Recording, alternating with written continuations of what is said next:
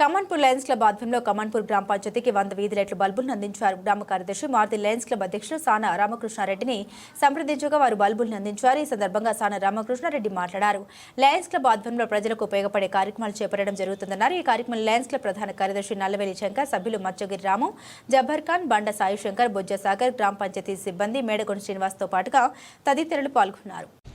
మా Lions club Kamanpur తరఫున గ్రామ పంచాయతీ కమాన్పూర్కు వీధి దీపాలకు గాను బల్బులు మరియు హోల్డర్లు 100 ఇవ్వనైనది.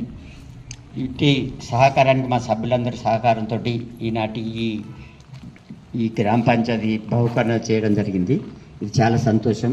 అట్లాగే మా ఈఓ గారు మారుతి గారికి మరియు మా సభ్యులందరికీ సాయి శంకర్ మరియు మా లయన్స్ క్లబ్ సెక్రటరీ మరియు తర్వాత మా జబ్బర్ భాయ్ గారికి మరియు